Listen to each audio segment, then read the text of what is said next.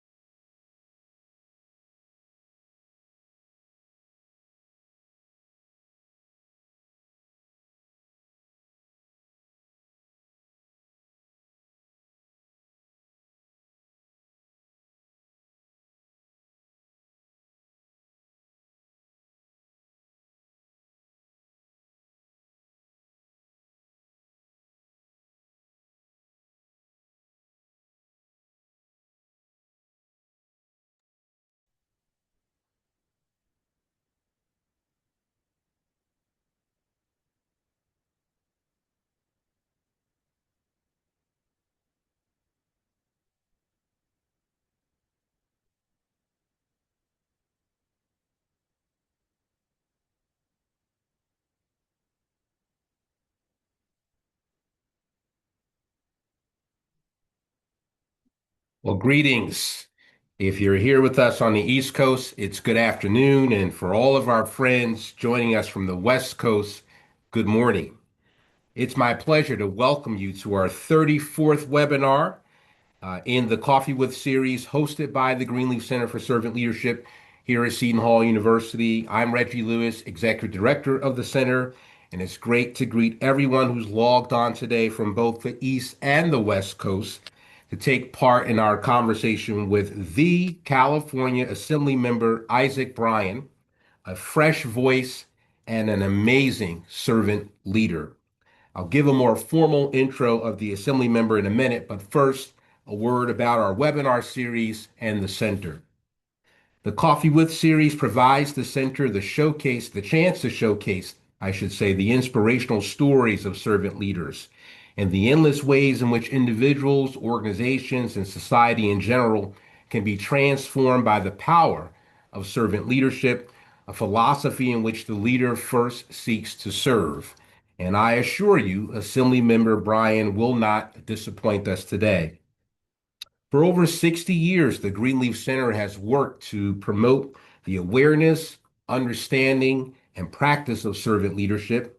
In addition to the Coffee With series, other core programs include the Greenleaf Scholars Program, which funds researchers whose work promotes the efficacy and impact of servant leadership, our virtual courses on the everyday principles of servant leadership, and through our outside engagements, we proudly work closely with organizational partners throughout the country as they implement the practice of servant leadership throughout their workplace culture.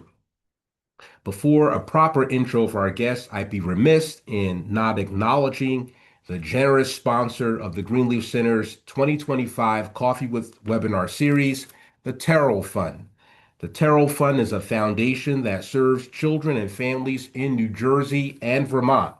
The fund works collaboratively across sectors to make an impact in such areas as early childhood, K-12 education, the arts, family supports, and more. Thank you, thank you, thank you to all of our friends at the Terrell Fund.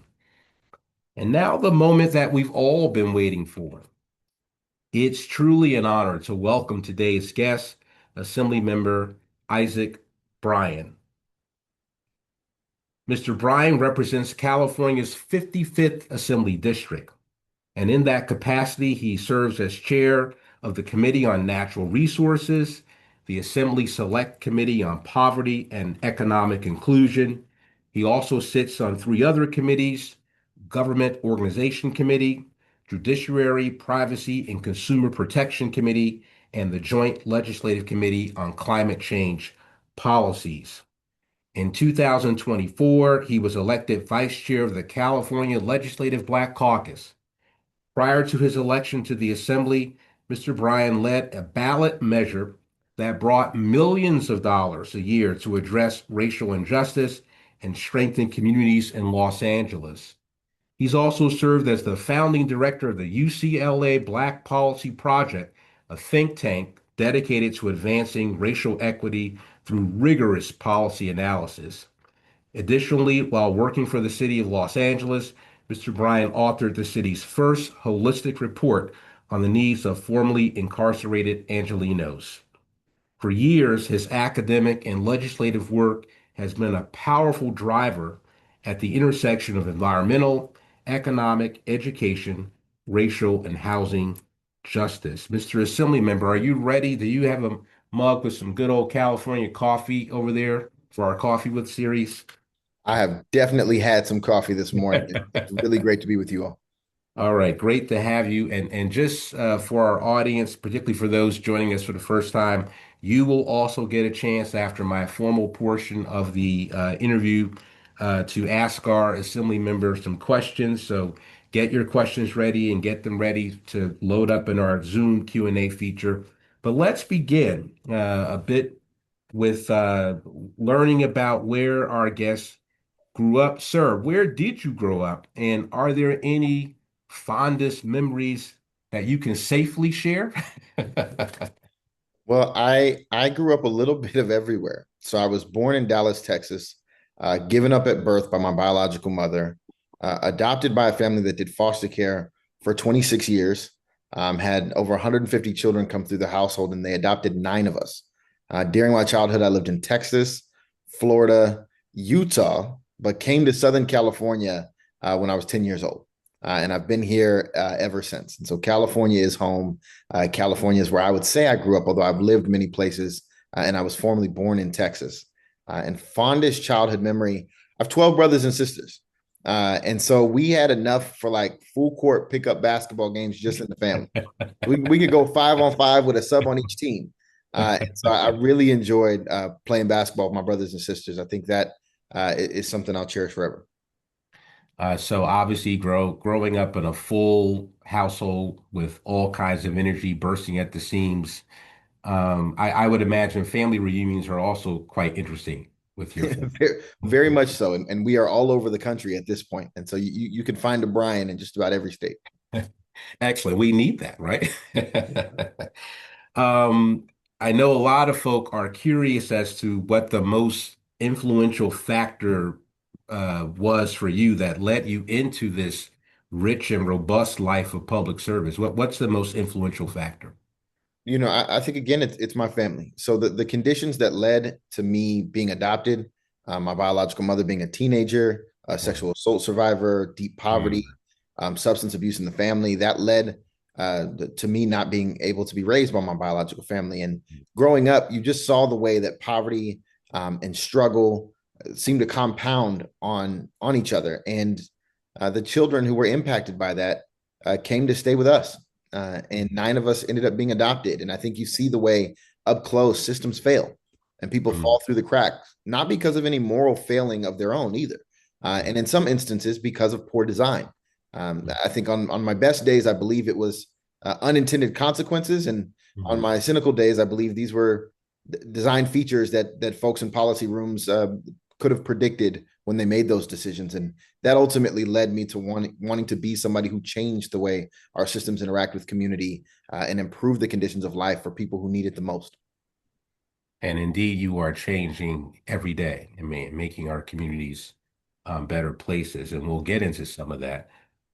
Certainly, with respect to our next area, economic and social well-being.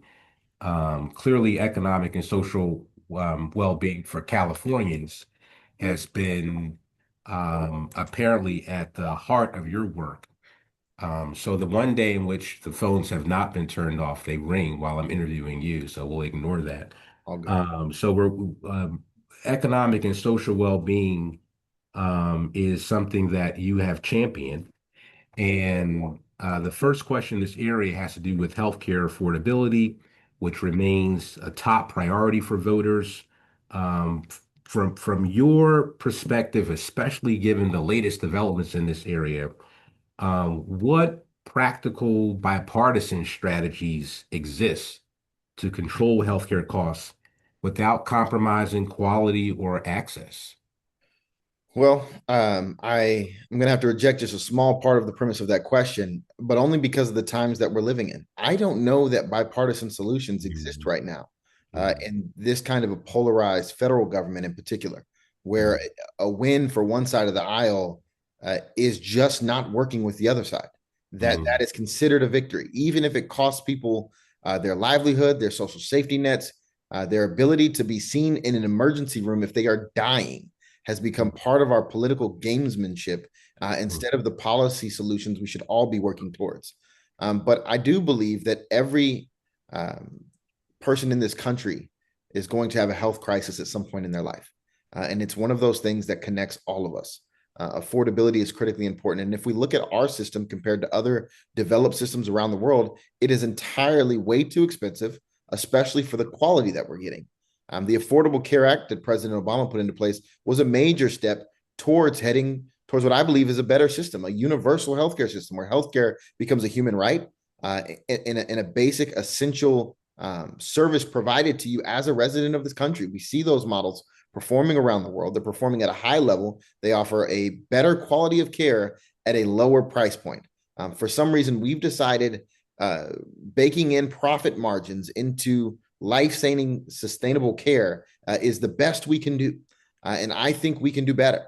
But it's actually going to take bipartisan support to get there. We've got to bring down the cost of drugs. We've got to make it so that keeping people healthy and safe is a fundamental value of this country. And we've got to invest in prevention. We know that when we work on prevention and we make the critical investments in struggling communities, from food access to making sure there are community clinics and hospitals in every community, when we make those investments, it saves us on the long run. And we've got to look downstream. I think that's how we get to a better place. But I'm a little bit cynical about whether we can achieve the bipartisan support that we need, but I never fully lose hope. Um, Understandably so, and clearly to your initial way of entering into your response, enormous investments, probably one of the costly systems on the planet, and yet, very poor outcomes. But if we were in a climate in which our leaders were focused more on saving lives, you mentioned a few already, so somehow getting the cost of drugs down. So we have that ability, We do. according to you and others. If you would say more about how do you reduce the price of our drugs, but the other is if you could say a bit more about preventive care, because you and I know you're the policy guy. We both love policy. Clearly, investments in preventive care leads to better health outcomes. That's right. Uh, so here in California, we're producing our own insulin, and we're making it cheaper than in other places, right? We've got to take some of the profit incentive out of the basic care that folks need. And at times that means government stepping in to be the producer and make sure that these kinds of resources are in abundance for everybody who needs them at an affordable cost that is subsidized by the taxes that we already pay. We pay a lot in taxes across this country, and here in California, we should be receiving better services for that. But one of the ways we can look at prevention is looking at the broader social determinants of health that are impacting communities. Not everybody grows up with clean air, clean Mhm. water, or in a healthy environment. I have the largest urban oil field in the country right here in my district in South LA.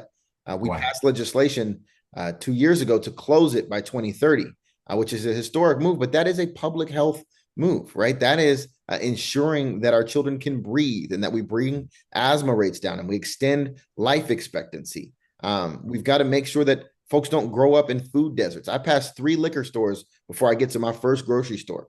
No Uh, child should grow up in a community like that where it's easier to get hot Cheetos and Gatorade, and I love hot Cheetos and Gatorade, but you should also have access to fresh fruit and produce and the quality of ingredients that you need to have a healthy diet. These are things that we can invest in. They may not sound like healthcare investments, but I assure you that they are. And when we make those investments in struggling communities, folks live longer and it costs the system less money to take care of them. Absolutely. And again, just fantastic work being done by you, by your district office to raise awareness around these issues and to actually come up with policy solutions. Absolutely. Let's stay on the issue of rising costs. So when we look at the high cost of living in California, and quite frankly, all over the place, certainly we're not immune to this issue here in New Jersey. What's your sense as to how the current tariffs are driving up the prices of everyday household items? Tremendously. Mm. If you don't know by now, and I hope everybody in this country knows, a tariff is a tax on the consumers, on the Mm. importers. If we Mm. are putting tariffs on foreign countries who we have had global trade agreements with for a long-standing period of time, those goods coming across our shores that our people still need and use are going to cost us more.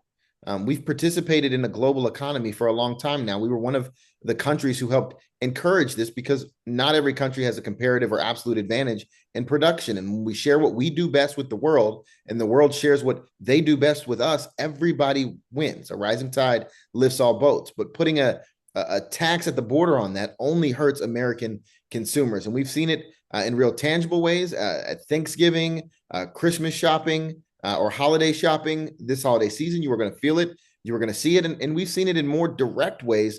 For example, here in Los Angeles, we had the largest wildfires in Los Angeles history.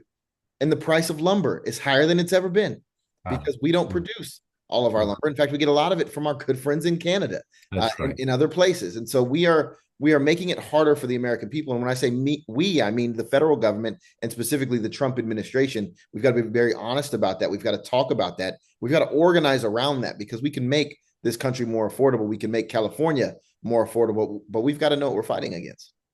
It's interesting you say we can organize around it because my follow-up question is that, as we look at, I believe your state and one or two others have challenged the tariffs in court, but it's hard not to feel a bit helpless as these things are happening to us. Is there a role that states can really play in shielding residents from the adverse impact of federal trade policies, in addition to taking obviously the federal government to court? We can subsidize industries that we as an individual state have a comparative advantage in production. Mm. We can offer tax incentives to get through this. We can offer direct cash assistance to folks. I'm a Mm. big supporter of universal basic incomes, and we have different models across California where that is working. And people who are receiving direct cash assistance, it's having a tangible impact on their quality of life. And the studies are clear. People who believe that if you give folks cash, they're just going to blow it on things that are not beneficial to them or their families. It's not the case. People are buying diapers and baby formula and food and paying their rent. And sometimes that's what you need. And I think in this moment, we can't look past universal basic income programs, but we can also do what we can to protect and insulate the industries in our states that have a comparative or an absolute advantage relative to other places in the country. California, believe it or not, is the agricultural giant of the country. People think of farming in the Midwest, but Northern California actually feeds the country. And so we've got to protect our farms in California. We've got to protect our manufacturing in California. We've got a lot of work to do, and we can do that, but we can't throw out the idea of pushing back through the courts as well. I know it may feel at times that the Supreme Court is nothing more than a rubber stamp for the harm of this administration. At times, it's hard to argue that that's not the case. But here in California, we've also won over 75% of the lawsuits we filed since this man took office. He's overreaching. It is very clear. And many of the legal scholars and justices in positions of power are standing with the people in this critical moment.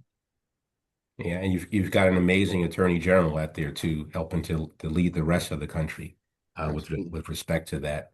Let's talk a bit about public trust. Public trust, as you know from your travels in governmental institutions, is strained nationwide. This is obviously especially true when considering the views on the federal government. Our latest stat here that we just pulled out this morning comes from an April 2025 survey conducted by the Partnership for Public Service that has 47% of individuals saying that they do not trust the federal government.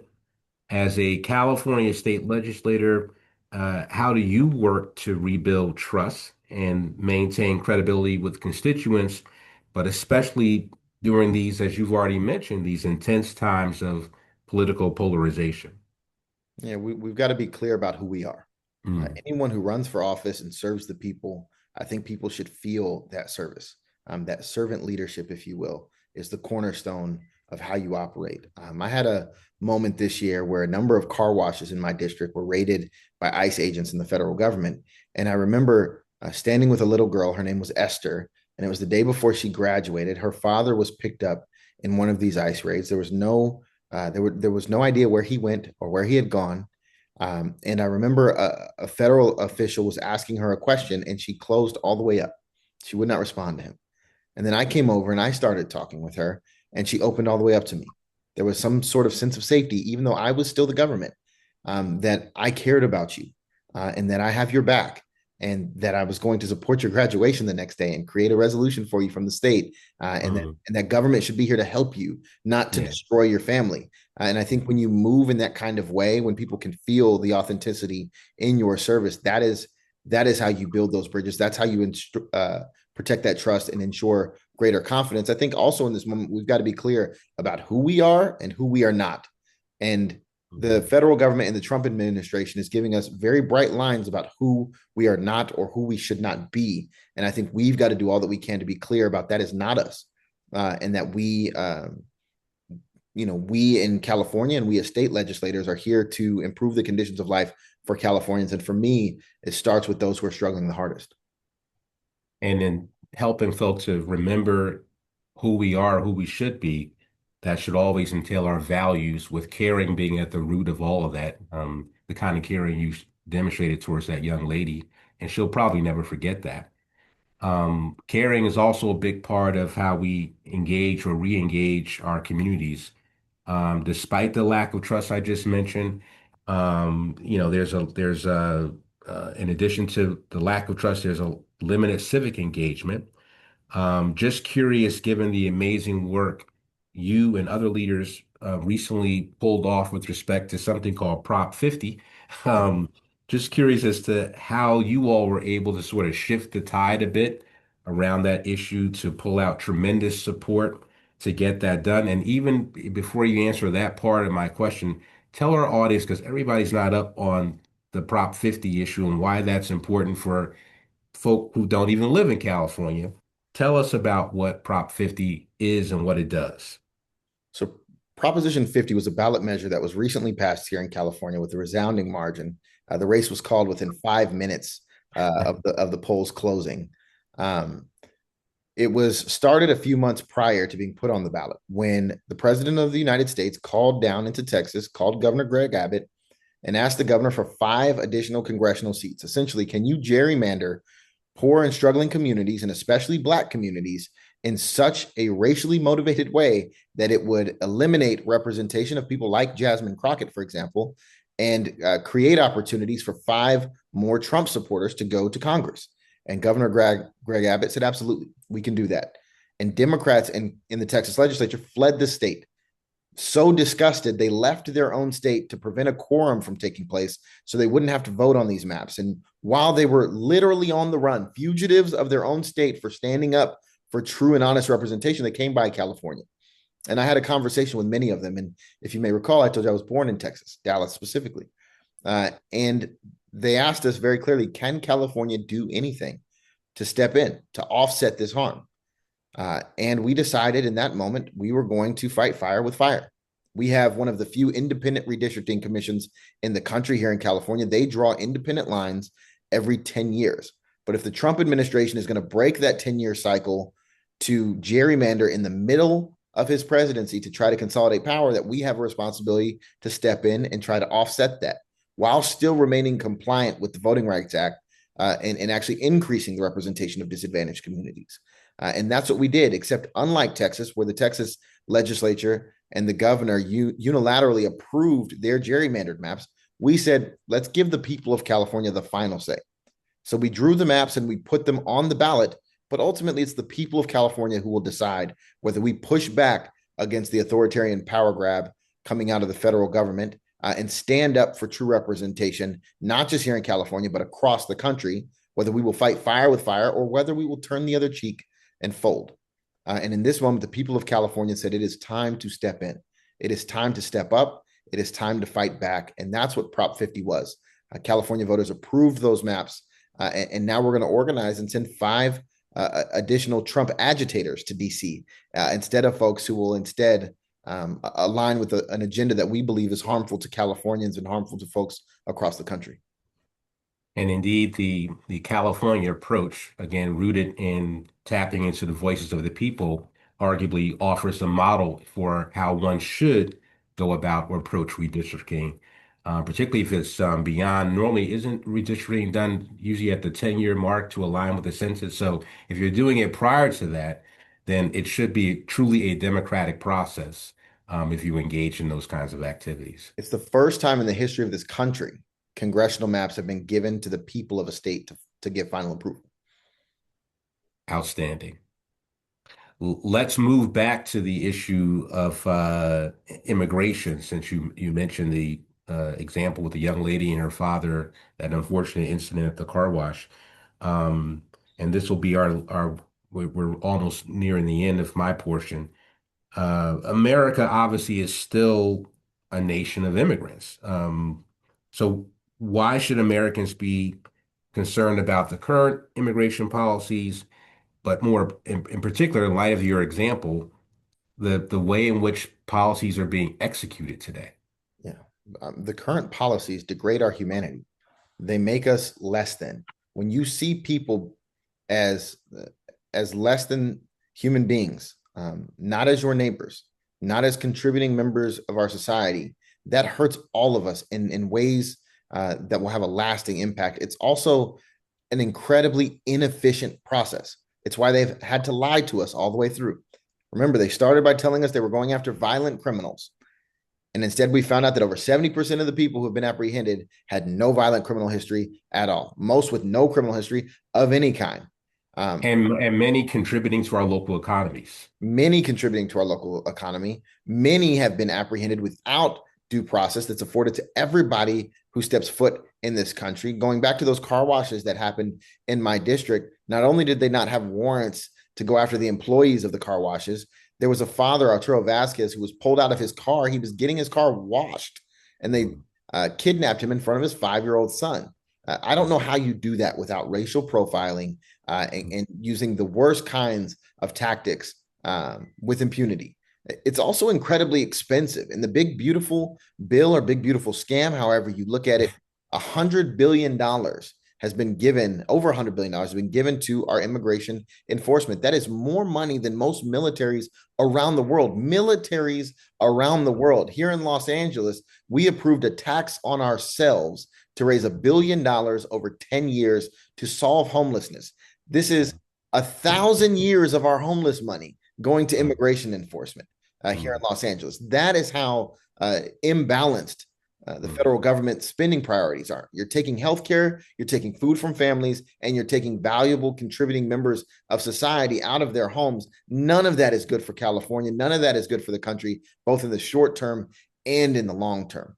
We have an interest in rooting our policy in the people. And when I say the people, I don't just mean documented folks. I mean all people. That humanity is central to our service, and we've got to reconnect to that. Absolutely. I'll round out by talking about the four-letter word of hope, and we'll come back to part of your response to one of my earlier questions in this way. Leaders, obviously, who, to your point, who embrace servant leadership know the value and importance still of bipartisanship and working across the aisle to meet the needs of the public.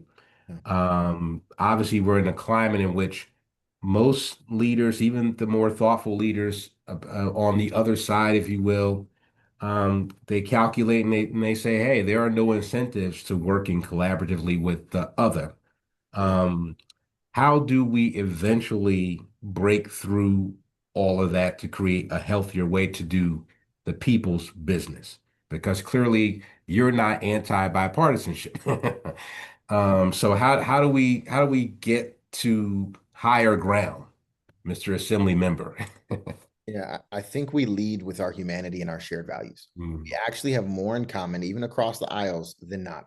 And when we put some of the political games aside, and the agenda of a singular leader who is operating in his own self-interest, when we set that aside and we connect to our higher level of service, we can get a lot done across the aisle. I sent um, 12 bills to Governor Newsom's desk this year that he signed.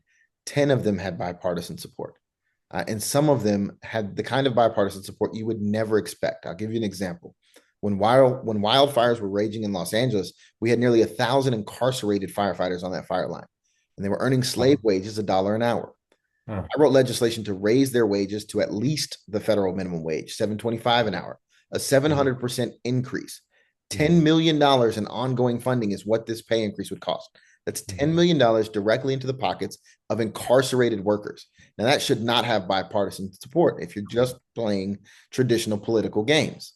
mm, But instead, uh, we moved beyond that, and mm, these incarcerated firefighters have saved, in more times than not, Republican districts in California that are more wildfire prone than Los mm. Angeles. Rural Wow. California experiences wildfires at a greater rate, and so people know the heroic efforts that are coming out of folks who are inside, who are putting the livelihood of communities above their own life in many instances. And that bill became a unanimous piece of legislation Wow. in California, Well bipartisan done. support.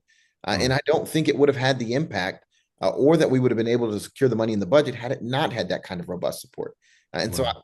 I believe in bipartisan support, but it starts with centering yourself in humanity and in service.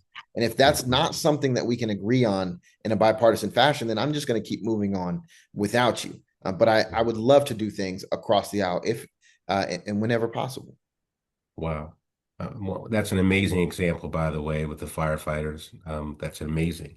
So we've got to lead with our humanity. Excellent. Excellent. My last question, because the team here, they're going to try to use a cane to rope me off in a second. But we are in these seemingly very dark times. Where do we look to or find strength and hope? Young people. It's where we have always looked. You look Mhm. to the next generation. You Mhm. look to the folks who have not gotten burnt out yet, who have Mhm. not become cynical because they feel like things have never changed or will never change. You've got to look to the fire that comes out of every new generation. And Mhm. we've got to invest in it. We've got to create pathways and opportunities for the next generation of leaders to lead at the highest levels, and then create a system where we pass the baton when it's Mhm. appropriate, not when we can no longer run anymore. Right. Um, there's, I'm not sure why we do that. I'm not Yeah. sure why we've always done that. It's something I'm very cognizant of now. Halfway through my assembly term, somebody will have to serve this district after me, and it's Mhm. something that I should be thinking about Mhm. and helping to prepare folks for. And I think Yeah. we've got to create those pipelines into leadership across the country. Far too often, things don't change because the people never change, and we don't give the next generation an opportunity to lead until there's already another generation after them who's ready to go. And so we've got to be more thoughtful about that. Absolutely. And speaking of the next generation, I get to turn this over to Miss Gabrielle Cooper, affectionately known as Gabby. She's our project manager. She's wrapping up her master's here in public administration. She may move out there to California and try to get on your team, but Gabby's going to facilitate our next portion, which is our Q&A. Thank you, Assemblyman. Thank you, Reggie, and thank you, Assemblymember Bryan, for being here with us today. I want to remind the audience that you could use the Zoom Q&A chat feature to load some questions. So our first question that we have for you is, do you have a recent example of a time when constituents' input completely changed an aspect of a policy or a project that you were working on? That is a good question. I think all of our ideas come from community. So every year, in fact, I just got my own survey in the mail. I do a district-wide survey, Mhm. asking folks how they feel about important issues impacting our community specifically.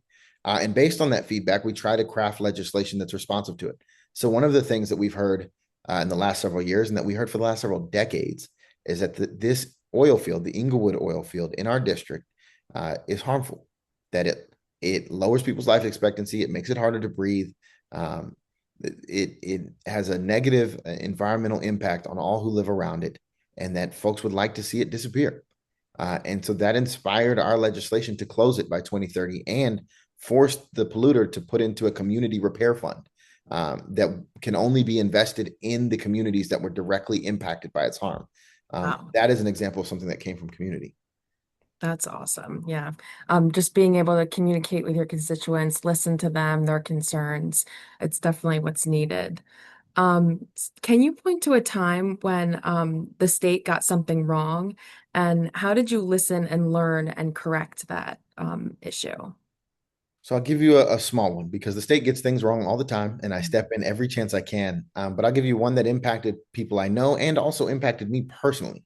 And that is during our budget negotiations last year, there was an idea of cutting out fourth day visitations in our prisons, and that's Friday visitations. Hmm. And I got word from a lot of families with incarcerated loved ones that those Friday visitations were critical and essential. And if the state was going to try to close its deficit by cutting costs in prison visitation days, that was going to have a harmful impact both on folks inside and on their families, their children, etc.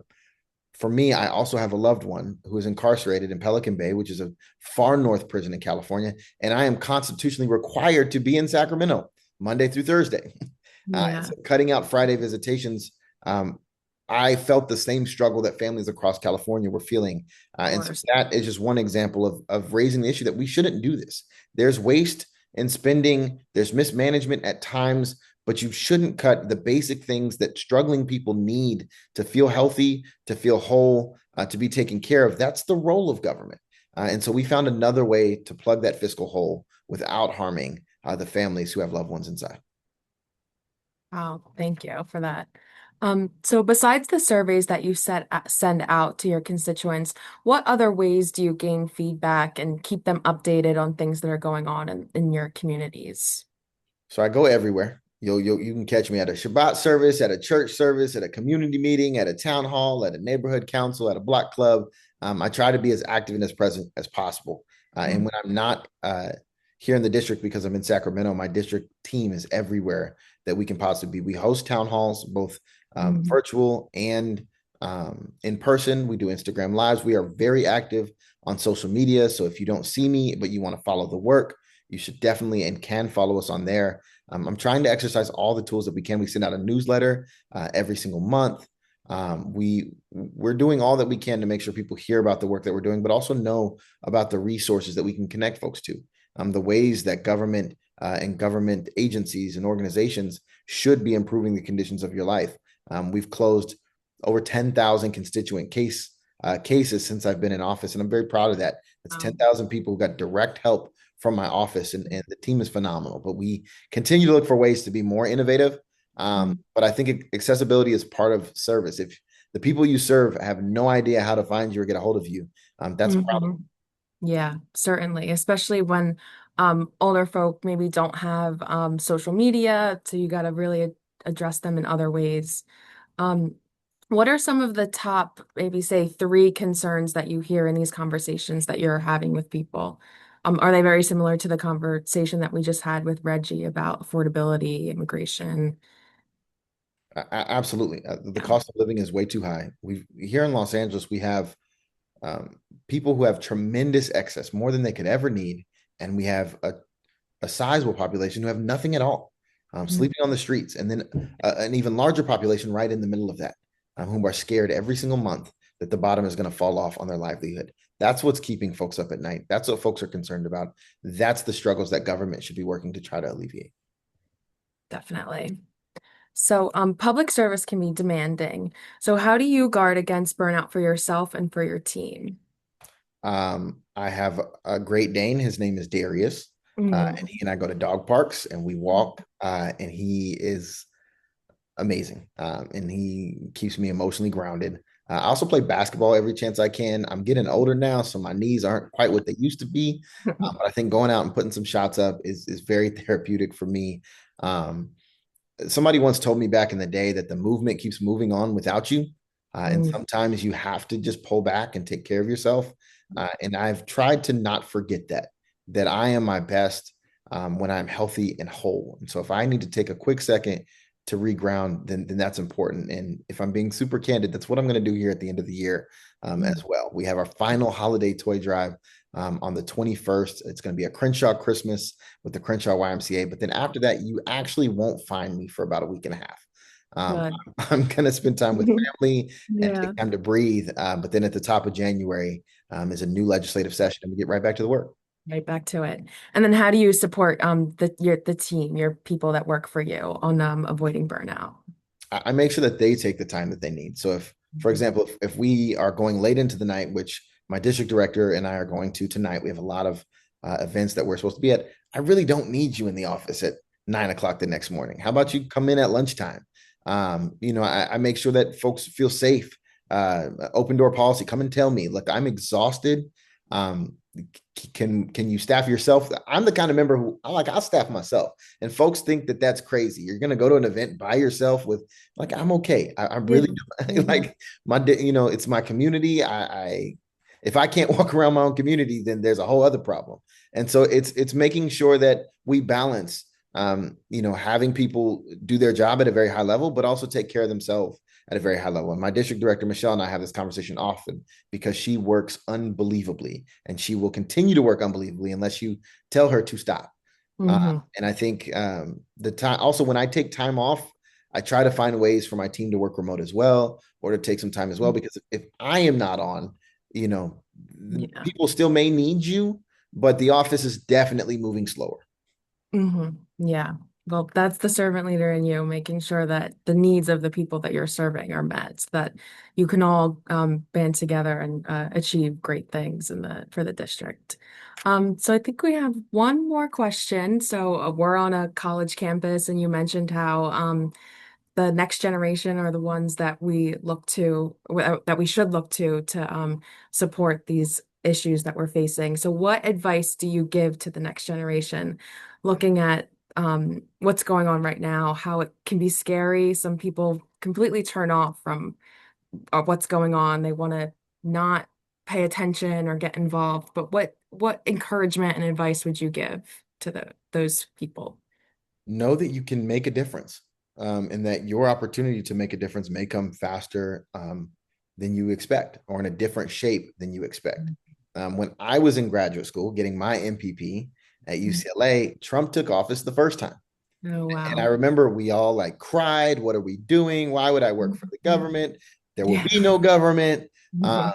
and I imagine you're going through a similar thing, Gabby, or at least some of Yes. your peers Yeah. were. And just a handful of years later, I'm in the California state legislature and we're passing bills year after year. And my chief of staff was actually my best friend in graduate school. And I don't think either of us thought that this would be where we Yeah. were. Hmm. Right. And you don't have to be in elected office to make that change. I was making a difference before I was in elected office. And so I think not losing your hope and not forgetting that you are somebody else's hope is really Hmm. important in the tough times and just keep on pushing forward. It takes a lot of courage to step into public service, especially in this time. But that's the courage we need. And so hopefully there are opportunities that arise for you and your peers and for an entire generation of young folks who want to get active, who care. And I also do whatever I can to promote that. So if you do end up coming out to California, give me a call. Like we will find some way to help you along your journey, which is not special for you. It's actually something we do for everybody that we meet who wants to make a difference. Yeah. Thank you. Thank you so much for being here with us today. We really, really appreciate it. This wonderful conversation was really great and timely. Yeah, and not so fast on the recruitment, Assembly Member Bryan. But let me amplify Gabby's appreciation. We are so grateful that you made time to be with us today. We really enjoyed you. We will invite you back because this was a phenomenal conversation.